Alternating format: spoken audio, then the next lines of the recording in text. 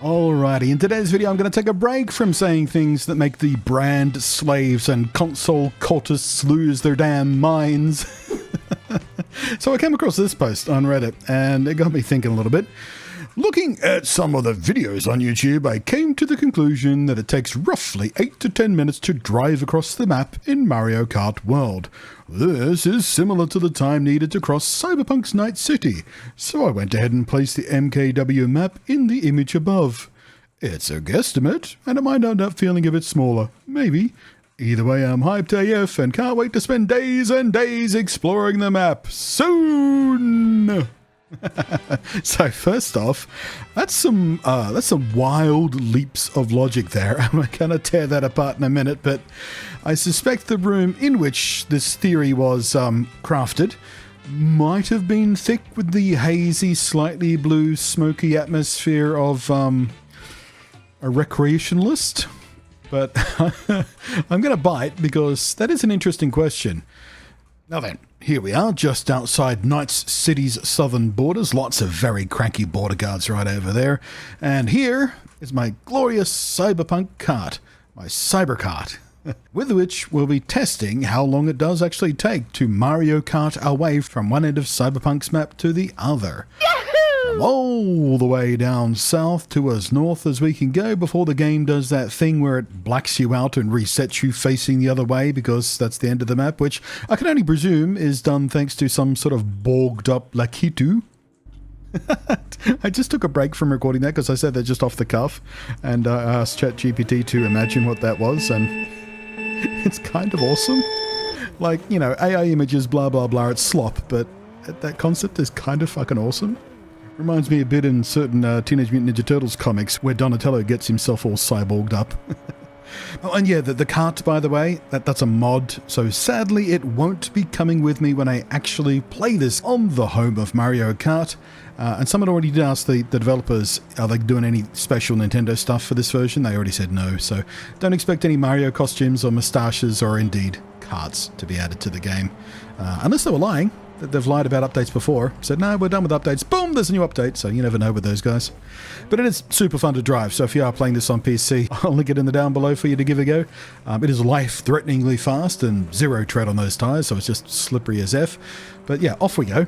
Now, the new Mario Kart game is open world, which is where this question comes from. And I'm still chewing on how I feel about that in the context of a Mario Kart game. Like, I love me some open world games, and a lot of the games I play are open world games. But the attraction in Mario Kart for me was always about its super fast hop in, hop out, racing for short burst play, or as a split screen party game. And open world kind of works against all of that. But I am open to the prospect. But as with all open world games, there are two intertwined questions that can make or break them. The first part of that equation is, how big is the world? Well, according to that Reddit poster, about 10 minutes end to end. I didn't bother trying to find whatever gameplay he was looking at to calculate that out, because there is a gigantic flaw in that logic anyway, and it's of course speed. How long it takes to get from one end of a game map to another can sometimes be a very, very rough way to comparatively measure them out with other games, but only if you are traveling at the same speed. Which is why whenever you see this actually being done by people, when they're measuring two games side by side and trying to figure out how big the maps are comparatively, they're doing it practically, they're doing it on foot, they're walking. Because most games, the human walking speed is roughly average to a real-life walking speed. Otherwise, the animations would look all goofy, wouldn't they? We know what a human looks like when they move and how fast they move. So those comparisons, walking from one end of a map to another, are moderately useful, or at the very least interesting when talking about different game map sizes and the like. Oh, and to save you the wait, by the way, you don't have to skip the end of the video to find out how long it takes. It's about 10 minutes, by the way. 10 minutes. Cyberpunk south to north with this kart, it's about 10 minutes.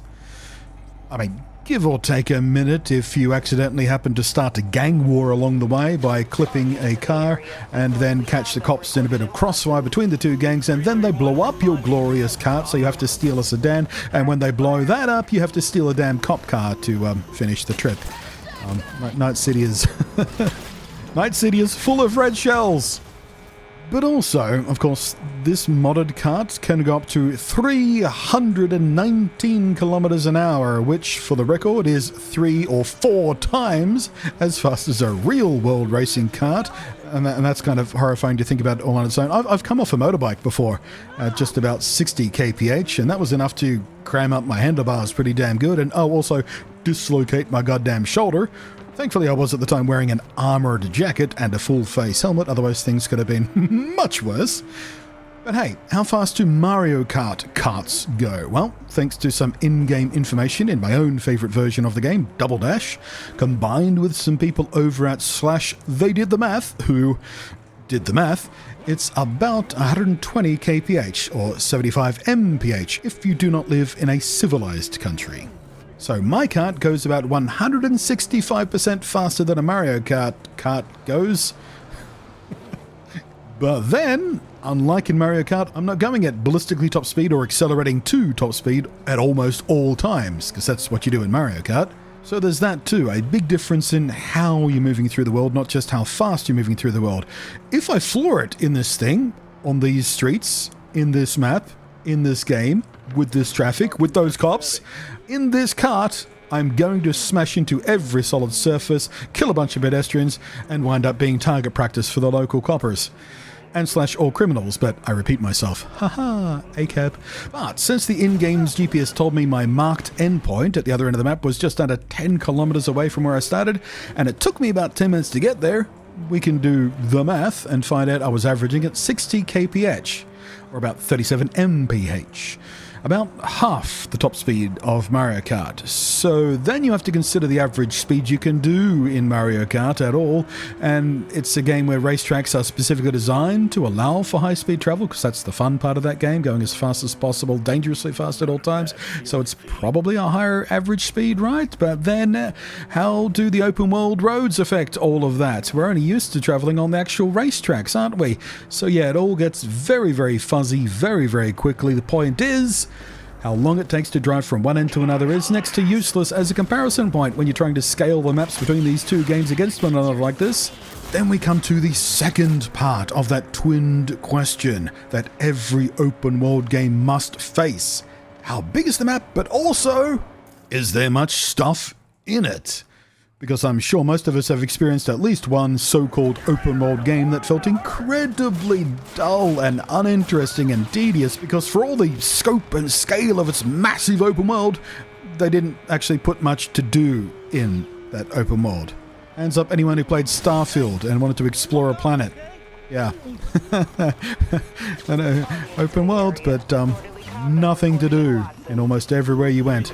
Cyberpunk, though, is a very densely packed game. There's tons to do in Night City, and you never have to go far for the next mission, the next quest, the next crime in progress, the gig, vendor, hidden locations, secret little items slashed around everywhere, all that kind of stuff. Best open world games have maps like that.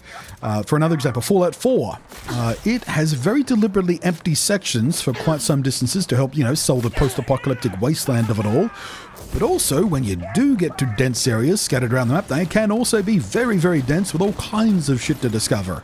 That is a question we have precious little answers to right now for Mario Kart. I mean, we've seen you can use some binoculars to look around, and there's like a couple of little mini driving games, but what else are we doing in this open world? How many kinds of side activities are there to discover? Are there, how many secrets? Are the secrets fun to actually find, or are they just little Easter eggs? A picture of Samus, graffitied up on a wall somewhere. Is it fun to explore? Are any of these side quests and side activities repeatable? I don't know. We don't really know anything about any of that stuff right now. But the success of the open worldness hinges on that in this game. Otherwise, it's just some map, some road between the racetracks, and that doesn't sound very fun to me. And frankly, it doesn't sound very Nintendo, so I'm expecting they're going to pack this thing full of stuff to do. You would hope so, wouldn't you? But, I have reasonable hopes. But I guess we'll see, and we'll see in a couple of weeks. Guess we're getting damn close now. So anyway, thanks for watching. I am Blutty. We'll catch you next time. Thank you as always to the patrons. And if you got this game on PC, give this Kart mod a go. It's super fun. There's a bunch of dependencies you have to install to actually get the thing working, but it's worth it.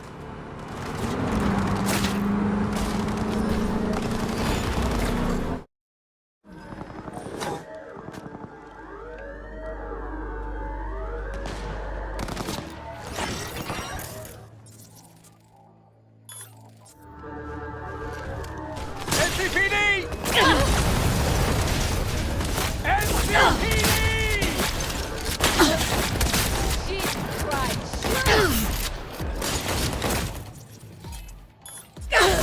Protect the fucking...